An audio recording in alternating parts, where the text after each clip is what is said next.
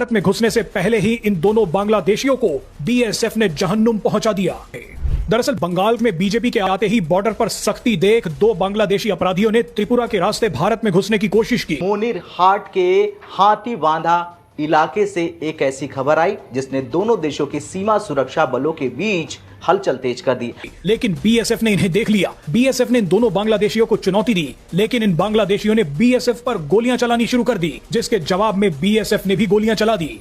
अब ये दोनों बांग्लादेशी इस हालत में पड़े हैं। दोनों बांग्लादेशियों को खासतौर पर पाकिस्तानी मुसलमानों का तो ये बहुत बड़ा ही मसला है कि हम जो हैं तमाम दूसरे मज़ाहब से नफरत करते हैं बाकायदा। इंडिया भी इस जो है वो ट्रायंगल के अंदर शामिल हो गया है, तो इसकी क्या तफसीलात हैं? आज तड़के जब दुनिया सो रही थी तब सीमा की कटीली तारों के पास गोलियों की गूंज सुनाई दी। वजह ये है कि इस्लाम जो है वो किसी मजहब को तस्लीम। सऊदी अरेबिया खुद डर लगता है, अगर ये आज ईरान में तो कल सऊदी अरेबिया फिर हो सकता है। उम्मीद है, पहले तुर्की कह रहे लेकिन आजकल के जो अखबार आते कह रहे वो तो लग रहा है तो सऊदी अरेबिया। और इस फायरिंग में घुसपैठ कर रहे 25 साल के एक बांग्लादेशी युवक को बीएसएफ ने जहन्नुम भेज दिया है। था कि मुसलमान जो हैं वो दूसरों से नफरत करना शुरू कर देते। इसकी कंस्ट्रक्शन, इस्लाम की कंस्ट्रक्शन इस तरह की है के लिए तैयारी है, इसलिए इजराइल में उनकी सोमालीलैंड में उन्होंने रिकॉग्नाइज भी किया था। नमस्कार दोस्तों, जैसे ही बंगाल में बीजेपी की सरकार आई है, वहाँ पे जो घुसपैठी है उनकी शामत आ गई है। बांग्लादेश बॉर्डर पे आए दिन बीएसएफ बांग्लादेशियों को खदेड़ रही है और देखती गोली मारी जा रही है। आज फिर कुछ बांग्लादेशियों ने ट्राई किया इन्फ्लेट करने का और बीएसएफ ने गोली चलाई, जिसमें एक तो मारा गया और बाकी जो घायल हुए वो भाग गए हैं। तो अभी सिर्फ एक ही पुष्टि हुई है, लेकिन ये अब आए दिन हो रहा है। ये बहुत सही चीज़ है, जिससे प्रेशर पड़ेगा बांग्लादेशियों के ऊपर कि वो भारत में ना आए। और बीएसएफ अब अपना काम अच्छे रंग से कर पा रही, क्योंकि बीजेपी की सरकार बंगाल में बन चुकी है। नहीं तो बहुत मुश्किल हो जाता है इस तरह की चीज़ों को रोकना। तो दोस्तों, पाकिस्तानी मीडिया इससे बिल्कुल शॉक्ड है, बीजेपी की जीत से भी और साथ में बांग्लादेश बॉर्डर पर जो कुछ हो रहा है उससे भी, क्योंकि पूरा इनका जो मॉड्यूल था बांग्लादेश में वो पूरा फेल्ड होता हुआ दिख रहा है, वो पूरा खत्म होता हुआ दिख रहा है, क्योंकि वो बांग्लादेशियों के दम पर ही चल रहा था। तो आप इस सब के बारे में क्या सोचते हैं कमेंट बॉक्स में जरूर लिखिएगा। वीडियो अच्छा लगे तो लाइक करें, शेयर करें, चैनल को सब्सक्राइब करना ना भूलें और बेल का आइकन प्रेस कर दें लेटेस्ट नोटिफिकेशन के लिए। आइए आगे बढ़ते हैं इस वीडियो में। मोनीर हाट के हाथीबांधा इलाके से एक ऐसी खबर आई जिसने दोनों देशों की सीमा सुरक्षा बलों के बीच हलचल तेज कर दी। आज तड़के जब दुनिया सो रही थी तब सीमा की कटीली तारों के पास गोलियों की गूंज सुनाई दी और इस फायरिंग में घुसपैठ कर रहे 25 साल के एक बांग्लादेशी युवक को बीएसएफ ने जहन्नुम भेज दिया है। लेकिन ये सिर्फ एक घुसपैठ का मामला नहीं है, बल्कि ये मामला है अंतर्राष्ट्रीय सीमा के नियमों का, अवैध घुसपैठ का और उन हालातों का जो आधी रात को सीमा पर तनाव पैदा करते हैं। आइए समझते हैं कि आखिर उस रात हुआ क्या। दरअसल Lalmonirhat BGB 15 battalion के commanding officer lieutenant colonel Mehdi Imam के आधिकारिक बयान के अनुसार यह घटना आमझोल इलाके में हुई। यह जगह अंतर्राष्ट्रीय सीमा स्तंभ यानी कि मेन पिलर नंबर 905 के सब पिलर नंबर 6 के करीब है। रिपोर्ट के मुताबिक खादे मुल इस्लाम आए और उनके साथ करीब 10 से 12 लोग रात के करीब 2 बजे भारतीय सीमा के अंदर लगभग 150 गज तक घुस गए। यह इलाका पश्चिम बंगाल के कूच बिहार जिले में आता है, जहां सीमा की सुरक्षा की जिम्मेदारी बीएसएफ बटालियन के पास होती है। बीएसएफ के जवानों ने जब संदिग्ध गतिविधियां देखी तो चेतावनी दी गई और उसके बाद फायरिंग शुरू कर दी गई। अब इस फायरिंग में खादे मुल पूरी तरह से घायल हो गए। उनके हाथ, पीठ और चेहरे पर गोलियां लगी। अंधेरे का फायदा उठाकर उसके साथी उसे खींचकर वापस बांग्लादेश की सीमा में ले गए, लेकिन वो कामयाब रहे। उसे तुरंत रंगपुर शहर के एक प्राइवेट अस्पताल ले जाया गया, लेकिन डॉक्टरों की तमाम कोशिशों के बावजूद उसे बचाया नहीं जा सका और फिर सुबह होने से पहले ही उसकी मौत की पुष्टि हो गई। असल जो हमारी जो नफरत है वो इस्लाम की बुनियादी, उसका बुनियादी सतून है, मरकज है कि लाजम था कि मुसलमान जो हैं वो दूसरों से नफरत करना शुरू कर देते। इसकी कंस्ट्रक्शन, इस्लाम की कंस्ट्रक्शन इस तरह की है। जब आप दूसरे की नेगेशन कर देते हैं और दूसरे मजहब को आप काफर कह देते हैं, कुफर कह देते हैं, तो वो सारा मामला जो है वो तो फिर जाहिर है कि उसके बाद नफरत ही रह जाएगी। और मुसलमानों का खुल्लम खुल्ला क्लेम है, ईमानी हद तक क्लेम है और इनका ये जज्बा भी है, इनका एक अहद भी है अपने आप के साथ है कि हमने दुनिया के तमाम मज़हब का खात्मा करना है और सारी दुनिया में, वर्ल्ड में एक ही मजहब होगा और सच्चा मजहब चूंकि एक ही है और वो सच्चा मजहब से हमारा है।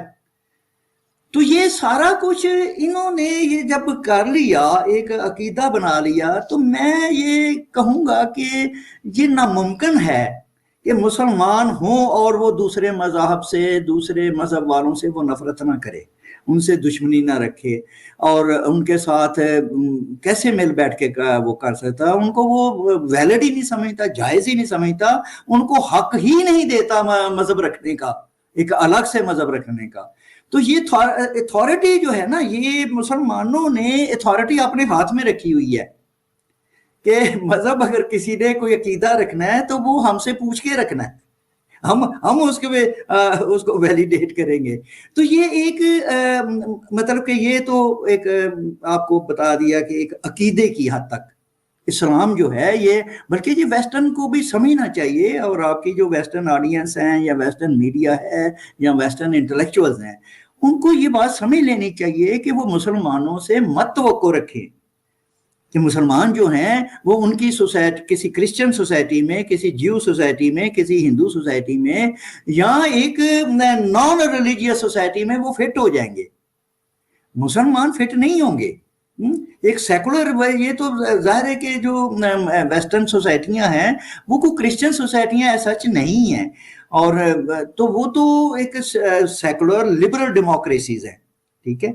तो वहां तो सब इंसानों को बराबर समझा जाता है, सब इंसानों को, जो लिबरल डेमोक्रेसी के अंदर मज़हब की जो प्लेस है वो एक जैसी है, और वो पर्सनल उसका राइट है, एक ह्यूमन राइट्स के तौर पे रिलीजियस फ्रीडम ये दी गई कि हर इंसान को अपना कोई भी अकीदा अगर उसका कोई है पर्सनल लेवल पे, तो वो अपने साथ वो उसको रख सकता है, ठीक है।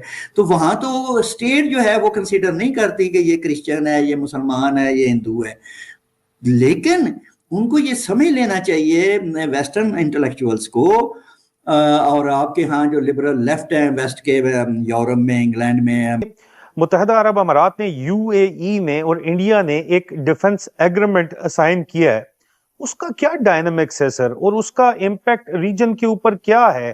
क्योंकि यूएई और इसराइल का एक ऑलरेडी जो है वो एग्जिस्ट स्ट्रेटेजिक पार्टनरशिप करता है, उसका तो पूरे के पूरे मिडिल ईस्ट और नॉर्थ अफ्रीकन रीजन के ऊपर एक स्ट्रेटेजिक फुटप्रिंट मौजूद है, और अब इंडिया भी इस जो है वो ट्रायंगल के अंदर शामिल हो गया है। तो इसकी क्या तफसीलात हैं, क्या इसके प्रोज कॉन्स हैं, क्या प्लस माइनस हैं, और हमारे खित्ते के ऊपर, रीजन के ऊपर इसके असरात आपको क्या नजर आते हैं सर?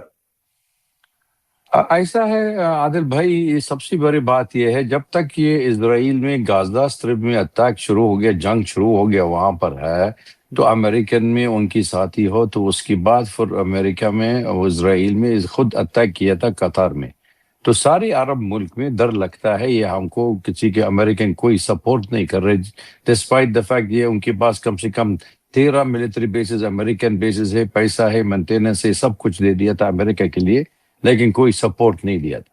तो रीजनल इम्बैलेंस, पावर इम्बैलेंस हो गया था जब तक वहां पर जियोपॉलिटिकल चेंजेस जल्दी से जल्दी मतलब बदला हो गया था, 2-3 साल हो गया था। तो इसलिए सऊदी अरेबिया और पाकिस्तान दोनों को मुल्क में उन्होंने स्ट्रेटेजिक पार्टनरशिप बनाया था, यानी मतलब ये सऊदी अरेबिया खुद डर लगता है अगर ये आज ईरान में तो कल सऊदी अरेबिया फिर हो सकता है, उम्मीद है। पहले तुर्की कह रहे, लेकिन आजकल के जो अखबार आते कह रहे वो तो लग रहा है तो सऊदी अरेबिया, क्योंकि इजराइल का जो इनकी नीयत है ग्रेटर इजराइल, तो नीयत है ग्रेटर इजराइल में आप जैसे समझ लो सीरिया, इराक, जॉर्डन, लिबानन, पैलेस्टाइन और 1/3 of Saudi Arabia plus 50% of Egypt, यानी मकसद ये सऊदी अरेबिया तोड़ने के लिए तैयारी है। इसलिए इजराइल में उनकी सोमालीलैंड में उन्होंने रिकॉग्नाइज भी किया था, और यमन का जो अब इमारात और इजराइल में जब तक इमारात में उनकी सपोर्ट किया था इस्लामिक फोर्सेज है वहां पर, वो सेशनिस्ट फोर्सेज है, लेकिन वो सऊदी अरेबिया थ्वार्टेड दैट एक्शन, तो बदला किया था उन्होंने, अभी तक सऊदी अरेबिया डोमिनेट हो गया। तो इसकी बात ये इमारत में थोड़ा से वनरेबल देख रहा है, तो उनके रिलेशन बहुत ताल्लुक है इजराइल की तरफ है, तो काफी मतलब स्ट्रेंथ है, तो उन्होंने इजराइल के साथ भी है और इंडिया के साथ भी, उन्होंने उनका क्राउन प्रिंस भी आया था, मतलब 2 घंटे के लिए तो प्रधानमंत्री मिला था, तो उनके MOU साइन किया तो फिर निकल गया, लेकिन जो बाकी डिटेल में किसी को दिया